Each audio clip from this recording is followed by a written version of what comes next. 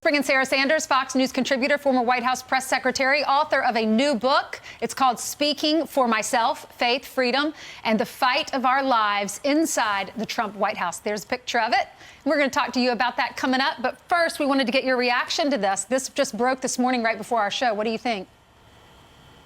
I think it's certainly well-deserved. Look, President Obama got a Nobel Peace Prize, and that was after he unleashed destruction and chaos through disastrous policies. President Trump has actually defeated the ISIS caliphate, liberated millions, and also worked with Israel and its neighbors to create historical peace deals.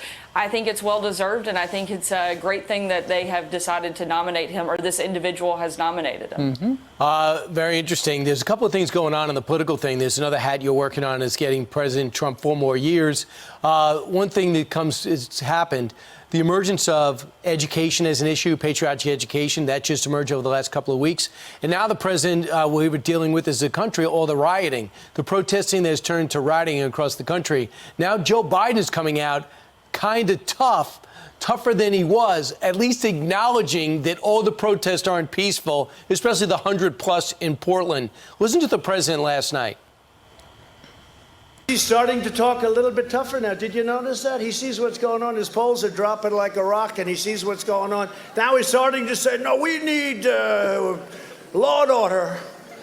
No, he didn't say that, did he? He'll never get to say that. He can't say that because then it'd lose the whole left. And let me tell you, the left is running that party. You take a look. You don't want to be dealing with the left. These people are stone cold crazy. The problem is he's got about 13 staffers that not only weren't against the riots, they were paid to bail out the rioters from jail.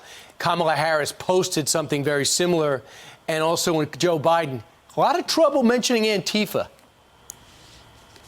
I don't think they have a lot of credibility to all of a sudden decide, oh, yes, we do support law and order. Where have they been the last couple of months? Oh, I remember Joe Biden's running mate was literally fundraising to bail out rioters from jail.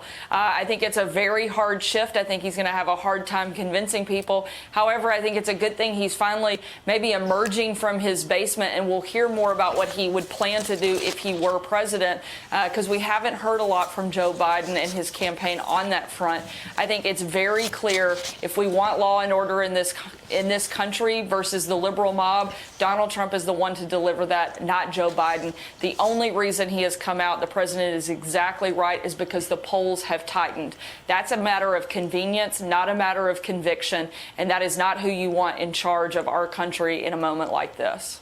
Well, Sarah, yesterday the campaign had a conference call with reporters, and they gave the reporters, a little preview of what's going on with the internals. They said essentially that President Trump is ahead in Arizona, which he won last time, and Nevada, which he did not win. I think they laid out 7 different ways the president could win the Electoral College by as few as 2 votes in the Electoral College, or it could be absolutely a landslide. And the other thing Bill Stepien did yesterday was he essentially started to raise the expectations for Joe Biden at the debate.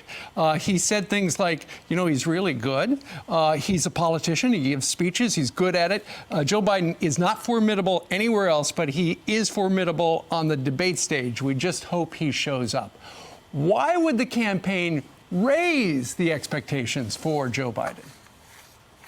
Well, certainly we know the media will give Joe Biden a free pass, just as they have for the last several months. Every time he takes a couple of questions, the few times he's done it, they're softball questions. And so we know that the media will give him a pass. But you can't ignore the fact that Joe Biden did make it through a pretty large field of fairly qualified Democrat candidates.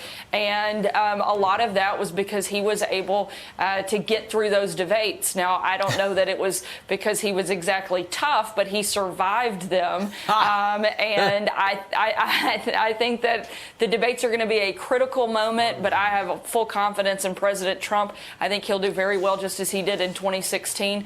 And again, Joe Biden's been doing this for 50 years. There's got to be something to be said for some muscle memory that hopefully will will come back for him, but who knows? I know you were on The View yesterday, and even Joy Behar said she was concerned that Trump might pull this off again. All right, let's talk about your book, Speaking for Myself, Faith, Freedom, and the Fight of Our Lives Inside the Trump White House. Why'd you title it that, The Fight of Our Lives? Well, because we were up against just a significant amount of negativity day in and day out in the Trump White House.